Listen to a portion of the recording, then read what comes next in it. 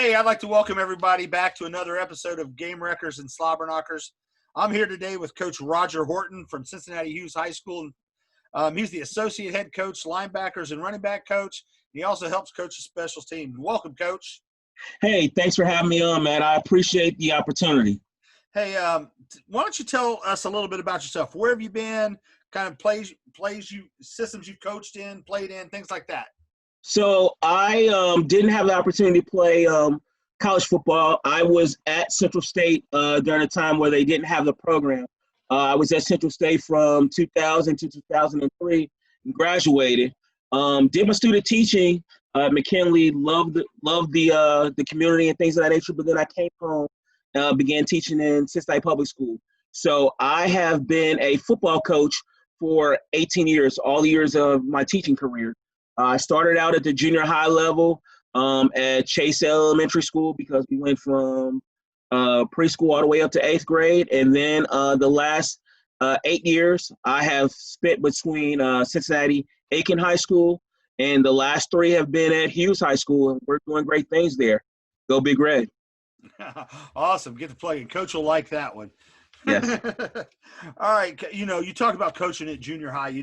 One of the things that I think helped me out is when I first got started coaching, I was 19 years old. I was in college. A guy named Mickey Hannon hired me at Springfield North, which was where my alma mater was. And he let me start coaching the freshmen. And at that time, our freshman team, we were a separate group. And probably like your junior high experience, Mm-hmm. when you're coaching at a lower level program, I think you learn more about the game than you do if you just initially jump in. I know a lot of young guys who got a varsity shot and it was their first job. And, everybody thinks that, I can call an offense, I can call a defense, I can do all these things because they've played video games. Like, well, hey, this worked on Madden. If I had a nickel for every young guy I ever, I saw this on Madden. No, Monday Night Football. Well, we don't have Brett Favre. So tell your guy to throw the out. That's what we need. We need him to throw the out. Don't worry about throwing the 70-yard bomb because he saw Brett Favre do it on Friday night. So here's the thing about coaching junior high football. I felt like I read more books during that time and learned more about football and different schemes and different systems. You don't have the opportunity to keep those guys for as long as you do in high school. Most of the guys are with you 2 years at the most. So you got to be able to kind of think and what systems are going to work right then and there. So at the junior high, when I was teaching, or actually at the beginning of my career, the stack wasn't a big thing. So we were either going to be a 50 front, a 40 front, or a 30 front. Most of the times we're a 50 front, 53. I grew up as a 53 man, and obviously we've seen that evolve into a 33. But it gives you the opportunity to understand the different intricacies of each position on the defensive side of the ball, what their roles and responsibilities are, and why they're critical to making a certain defense successful. Well, the other thing you get to learn is you have to learn all the positions. Yes. You're not just, now I'm just the linebacker coach at Xenia High School now. But because when I start off young, I've actually coached every position on the field at least 1 year in my almost 30 years of coaching experience now. Mm-hmm. I think that helps when you're young because you've got to know, hey, what do linemen really do? Right. The skill set that's involved in creating a good player and what they have to do to be successful. Kind of like you, the only position I have not coached is quarterbacks. But I've coached every other position on both sides of the ball and obviously in the third phase, special teams. But having that understanding, and I look at it as a humbleness too, that I'm willing to do whatever it takes to help make a program successful. And if it takes input from me to do it, then I'm willing to do it. And no job is ever beneath me. Oh, yes. Thank you. I'm a couple of young guys I know probably need to sit down and have a talk with you about those things because it is important about developing your skill set. And you can kind of see my library back here, my bookcase back here, I got books that go all the way back to the 1940s. And yes, it's old offenses and stuff, but it's just neat to go back and read those and see how the game developed to where we're at now. Right. I think that kind of always having that thirst for knowledge is good. So it's funny that you say that. When I was coaching at the junior high level, we were in a championship game. And we were running up, the spread was really big. This is the mid-2000s, running up against some teams that were running spread. And we get to the championship game, and I hadn't seen this, but a team beat us. It was 8-12 or 12-8, and they beat us running a single wing. And I was so pissed that we lost that game because I obviously hadn't seen that, in forever. And I studied all the way about the origins of it. It goes all the way back to when football began in 1920s. Right. So I still have some single wing football playbooks. You know who at the Glazer clinics, who I followed a little bit, and I love going and watching and seeing how he's changing his offense. A single wing guy's name's Rick Darlington. If you've ever seen him talk, Rick is the single wing guy. It's unbelievable. I'm just like, he's had people like, oh, you have to be a spread offense to get kids to college. He's had 3 of his kids be the left tackle at the University of Florida, and they ran single wing stuff. It's not like, hey, these guys know how to pass, and they do know how to pass block, but they came from an offense where they're snapping the ball really to no one, because those 2 backs, nobody's really behind the quarterback. They're shifting and the ball snapped and they're off and running. Yep. So yeah, that's awesome to hear that somebody ran the single wing. Holy cow! Ran the single wing. The coach's name, he's actually on the staff over one of our rivals, Withrow. His name was Arthur Woods. Beat us running the single wing. I mean, he had the spin series in and everything, but I didn't know it was the spin series right then and there. But yeah, he was running the spin series for some. And here's the thing. He told the kids it was the Wildcat. And that was the big Wildcat craze, because obviously anybody could line up there and take a snap. So they ate it up because it was what the pros were doing at the time, which essentially it was the single wing. Right, the Wildcat. I love it. Hey, if you can't, you just trick them. They're kids. Yeah. Well, you know what's funny? The guy who hired me, Mickey Hannon, told me, he goes, our job really is, Matt? He goes, our job is to trick 15, 16, 17-year-old kids. That's what our job is as an opposing football coach, is to trick those kids over there and try not to let our kids get tricked as much. Oh, the spin series was great. Awesome. That's a great story. All right, Coach, who has been the biggest influence on who you've become as a coach?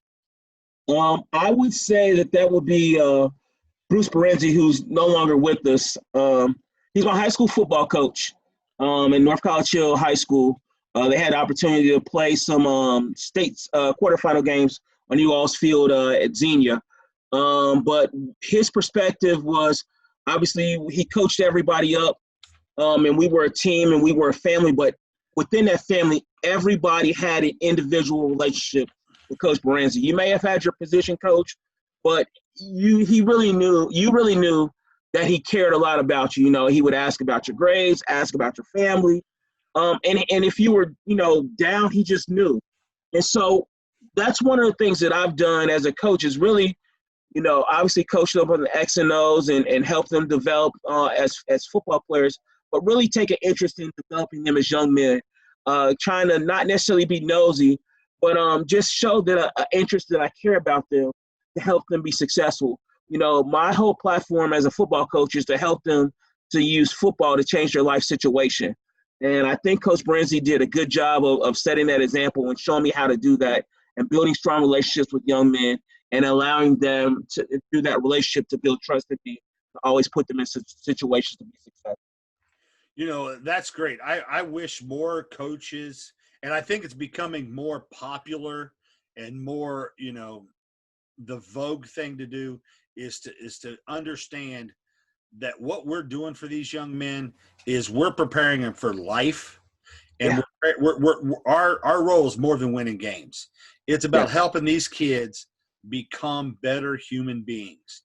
And when you do that, when you take a general, real interest in a kid's life, they will do about anything to help you, whatever it is, like I have a couple guys that I posted a story online on one of my social media things, and it reminded them of a time, pre-COVID, I used to have the linebackers come to my house for a meal every Wednesday night. And sometimes we're just, my wife would cook a meal, it'd be, one night it's pasta, or she makes this thing called cowboy casserole. And for some reason, the guys love it. It's like hamburger, baked beans, barbecue sauce, corn, mashed potatoes, and cheese. And they ate it like it was the best thing ever. But really what happened during those meals was I got to know them outside of the lines. And, sometimes some years they'd be running back when NCAA 14, back before the NCAA cracked down on EA Sports not being able to do college, football and basketball on their video games. They'd run tournaments on the TV, like, all right, hey, this week it's me versus you. And that's when I learned the 21 rule. Like, you got 21. I'm like, what is that? What do you mean 21? So I learned a lot. And, and other times we'd just sit and, shoot the breeze and talk about classes. And some nights they'd want to watch film. If it was a big game, like, hey, coach, can we pop in some film? And, well, sure. And that's, I think one of the things that you've talked about is teaching the kids how to watch film. And that's, Agreed. And here's a relaxed situation, because they're not in front of their buddies, and they feel like, in that group they can ask questions. So that's great to hear that you had such a great mentor, and I'm glad you're carrying on that tradition. I didn't know Coach personally, but you're not the first person I've heard stories from. I knew Curry Cummings really well, and Curry had talked about Coach, and from what I know about the North College Hill, he's a Swafka legend. If you heard Curry's stories, right? He is a Swafka legend. And hearing about the North College Hill family and that's a real small, tight knit community anyway. So yes, it's great to hear you carrying on your coach's legacy, doing that with the young men you're coaching today. All right, Coach. So let's talk a little bit about linebacker play.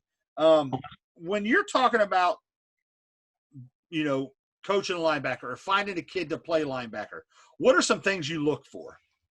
I don't look for, you don't necessarily have to be the strongest kid, but you do have to have have to want to get stronger. You don't necessarily have to be the fastest kid. I'm looking for kids that want to create contact and want to get people on the ground. I don't need you to obviously to deliver kill shots. But you have to learn the hawk tackling system. I eat, sleep, live for in the hawk tackling system. I think it's brought me so much success as a coach. And it's really added a level of safety to the game, but I think it's made it more inviting for kids to want to tackle. And that's essential when you play like a 4-2-5 like we do. We can't miss tackles. We have to make tackles for short gains and get people on the ground. I think it's made tackling better. I think tackling has gotten better, because there was for a while where everybody was just throwing the shoulder and they weren't wrapping up, and right. Head in front, head behind didn't matter. You're right. Get the kid on the ground, and now the safest way to do it is head behind, wrap and roll, and you don't have. And I tell my guys, hey, if you're running the ball, that's one of my other big keys is you've got to run to the ball at 100 miles an hour. Your big hit's going to come when you're running to the ball 100 miles an hour and your buddy stops the ball carrier and he turns to cut away and he runs right into you. That's when the big hits happen. Right. And it looks even bigger because that guy's slowing his momentum down and you're not, and all of a sudden you're running right through him and you're rolling through the tackle. So that's awesome. We talked a little bit about film. How do you teach your guys to watch film? Well, obviously they'll see the explosive plays and things of that nature, but not watching to see like, okay, well, this what plays are going to gash us. You want to see that, but at the same time, looking for tendencies within the offense, looking for different formations. What are they doing in certain formations? Obviously, looking at the alignment of certain receivers, if they're in 3-by-3, or if he's Yes. Oh, if you're please. if they're about to run a slant, you're about to be cracked. Looking for those little tendencies, even in running back play.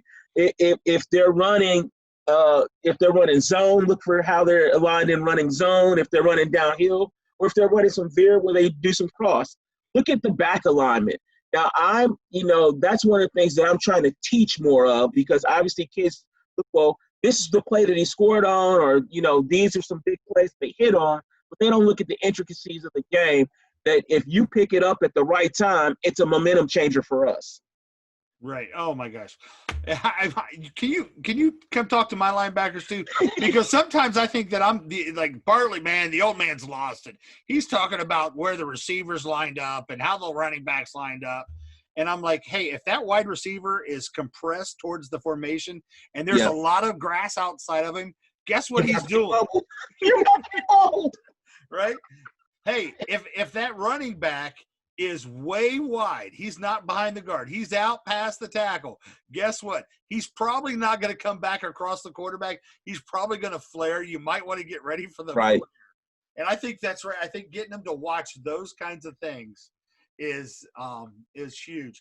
They were doing some senior things, and one of my senior linebackers, who's a great kid, undersized, but he knew the game.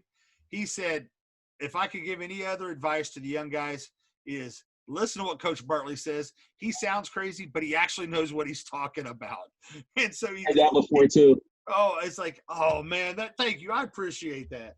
And one of the best linebackers I ever coached, you're talking about not having to be the biggest, the big hitters, the strongest kid.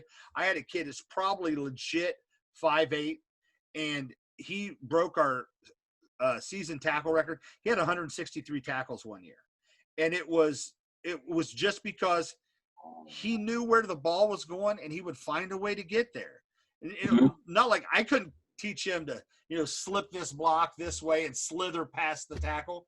It's just something he picked up naturally. I'd love to say, yeah, I taught that, I coached him up. No, but he knew how he was. He understood his abilities, and he knew, okay, when they're running this play, I've got to get to this spot. How can I do that?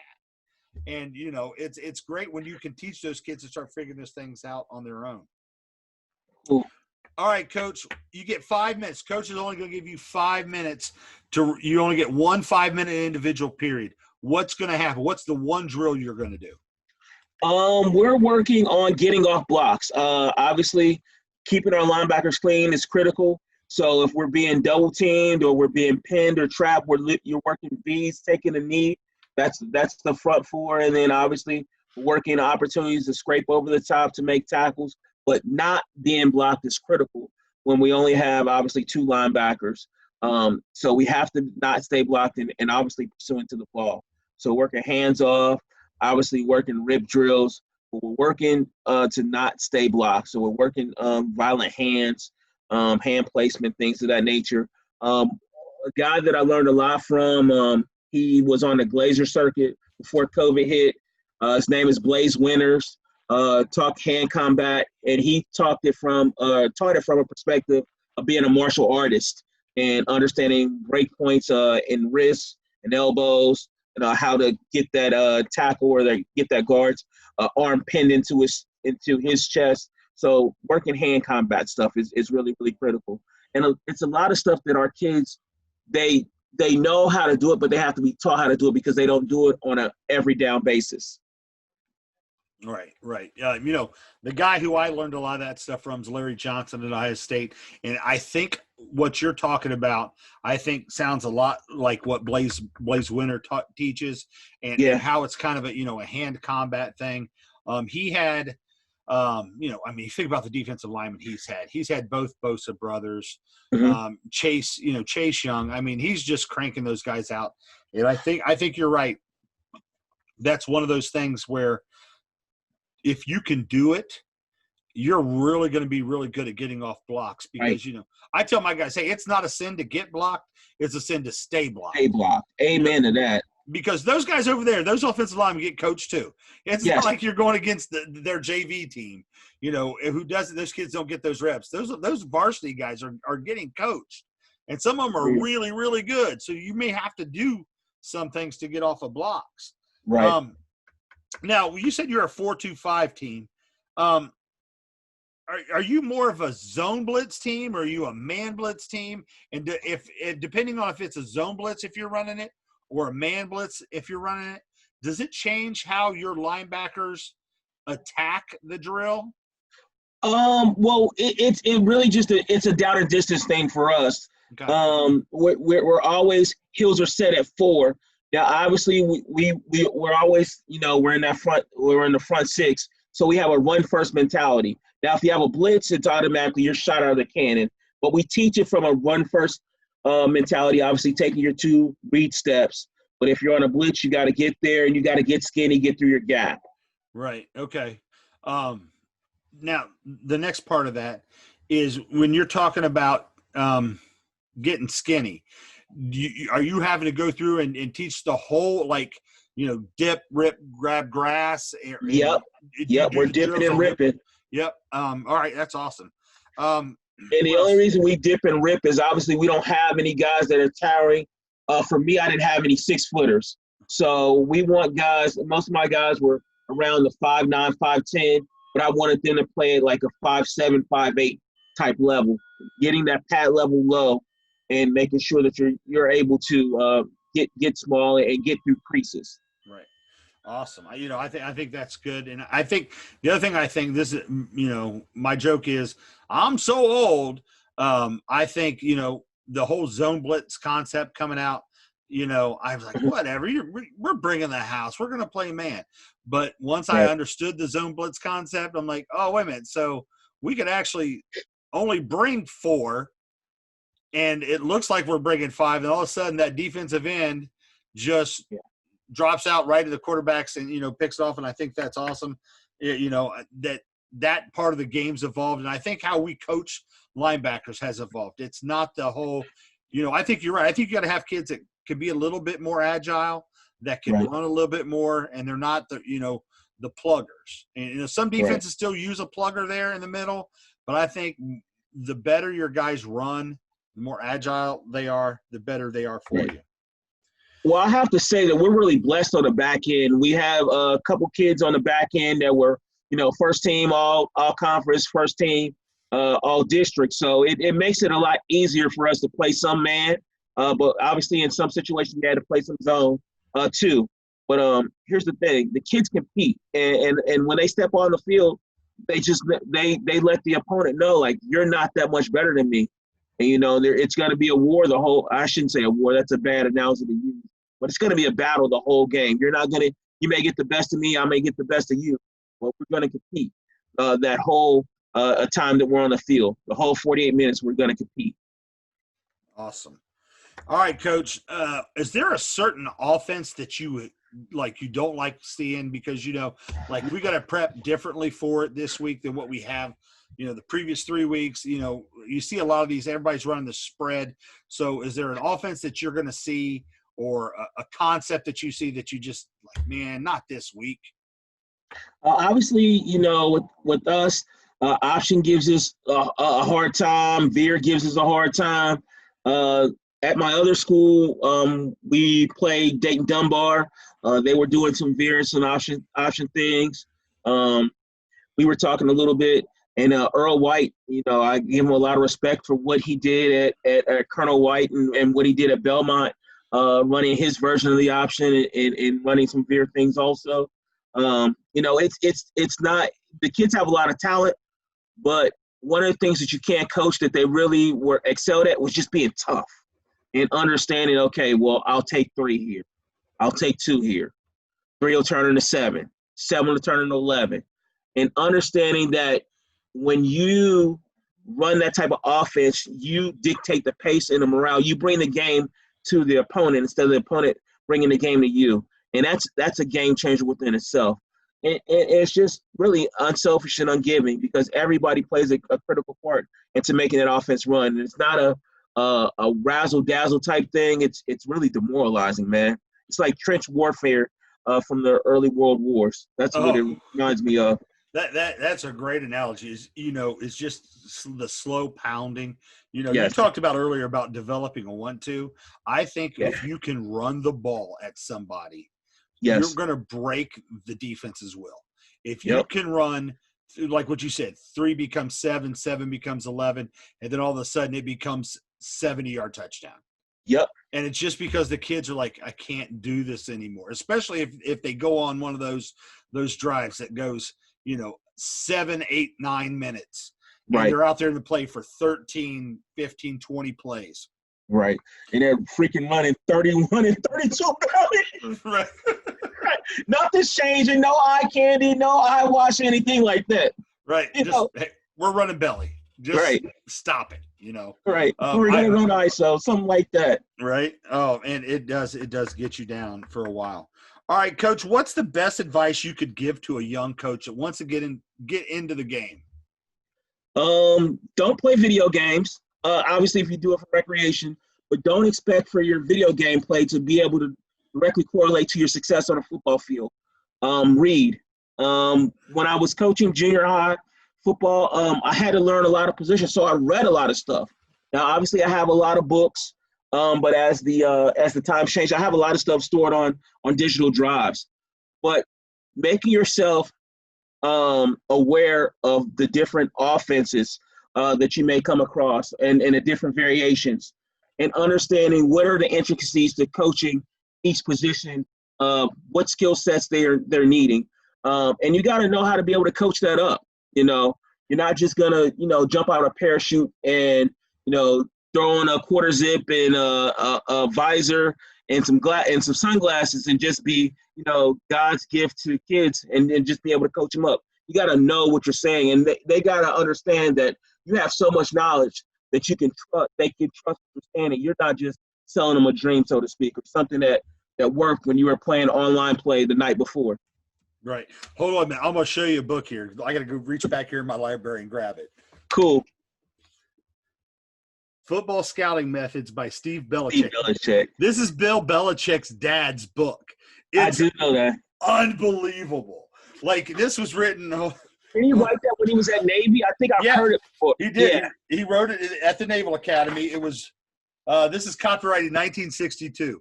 I went back, because one of my jobs here at Xenia is I was a scouting coordinator because I don't have any hobbies. I'm an old, grumpy old guy. I don't, do any cool, I'm not I like to read about football. I like to study football. And I went back and I started reading that book and I'm like, you know what? That makes sense to me now.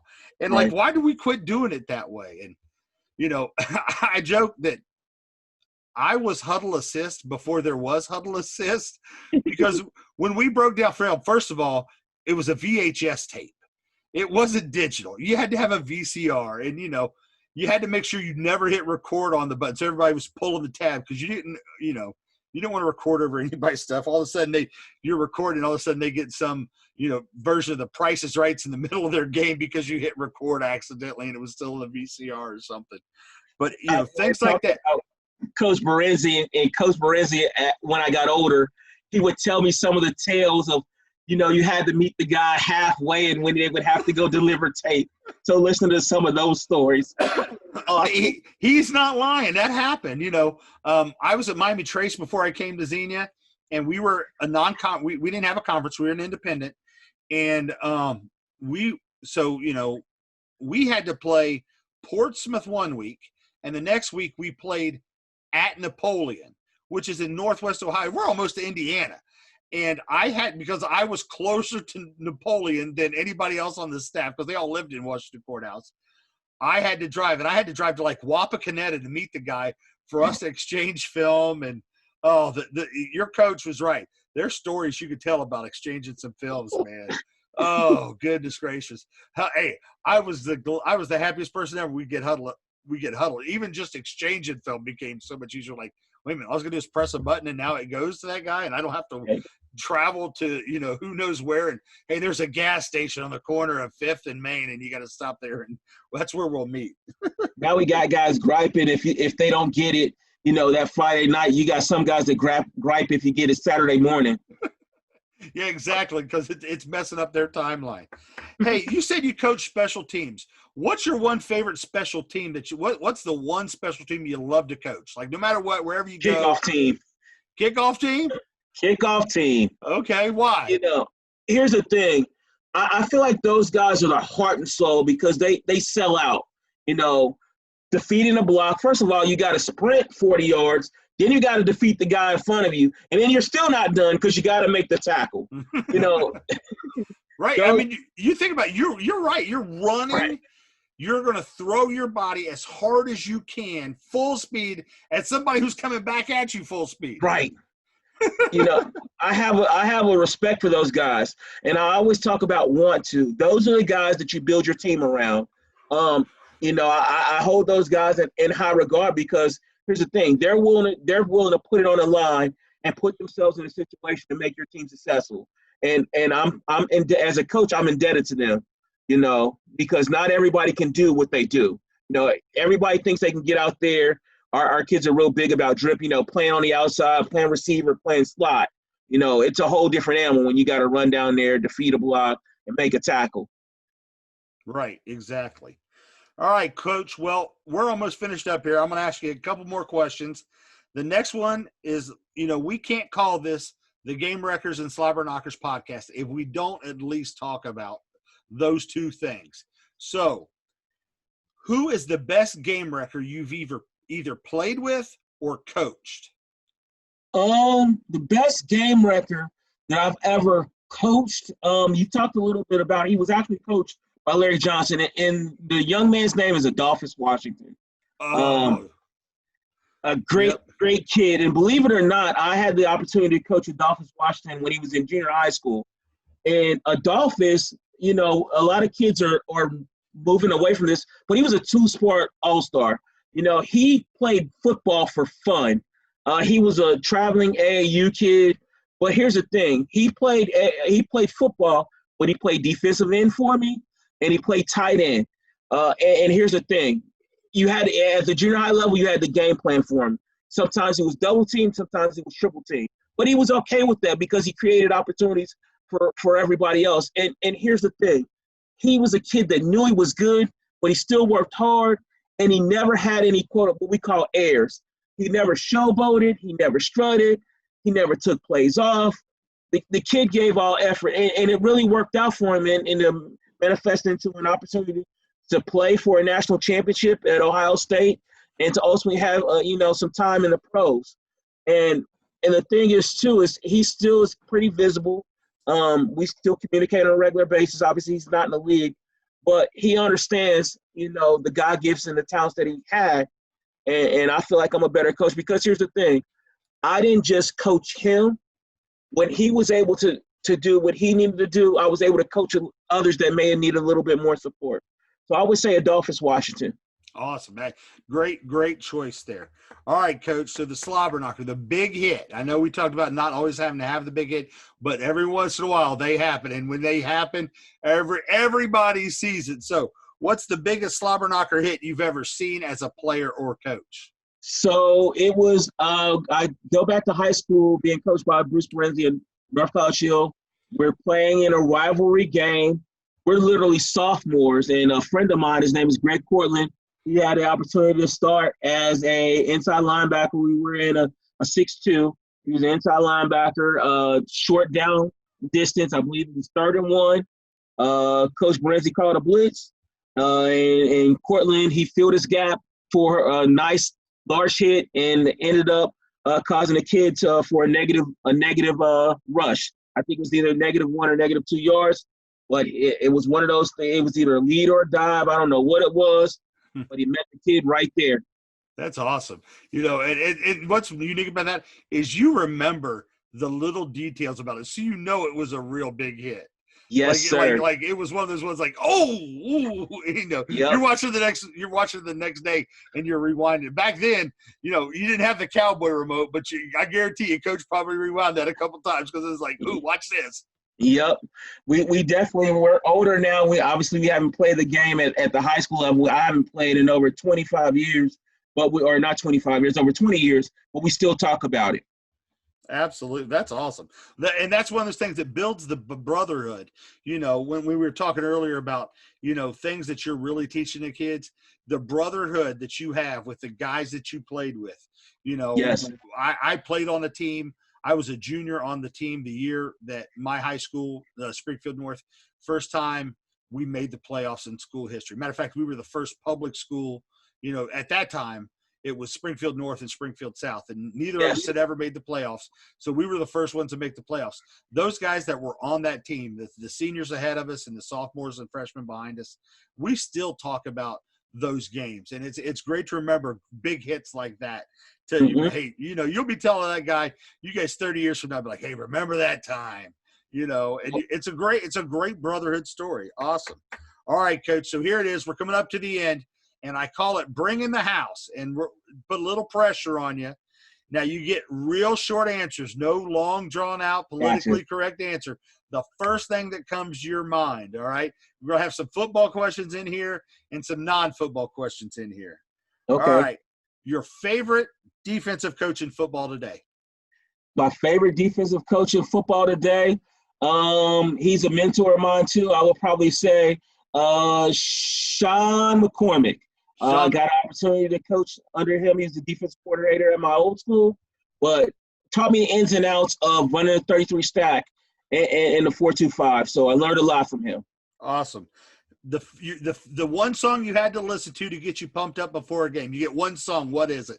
I will probably say Outkast, AT-Aliens. Okay. All right. Yep. All right. Favorite blitz to call in a game? Favorite blitz to call in a game, we're going to go cross arrow, where it's a crossing double A gap blitz. Awesome. All right. You're a Cincinnati guy.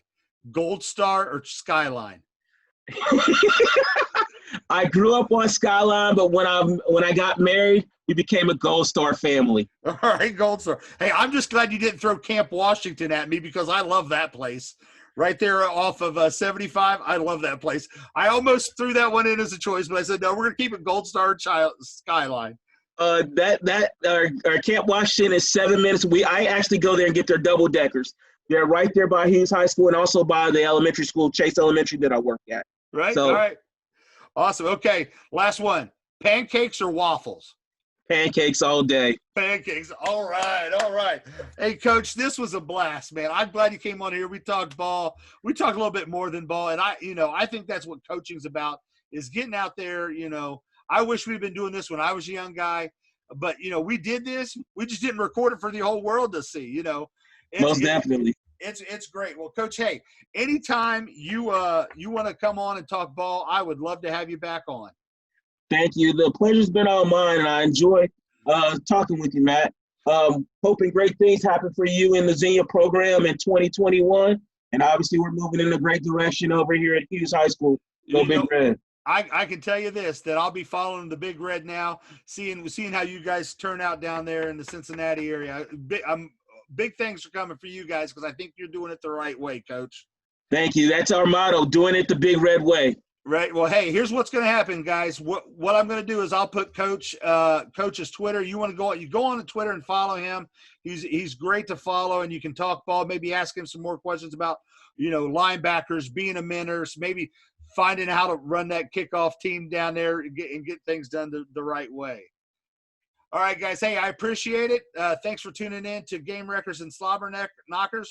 Well, I'll make sure we see you next time here for our next episode.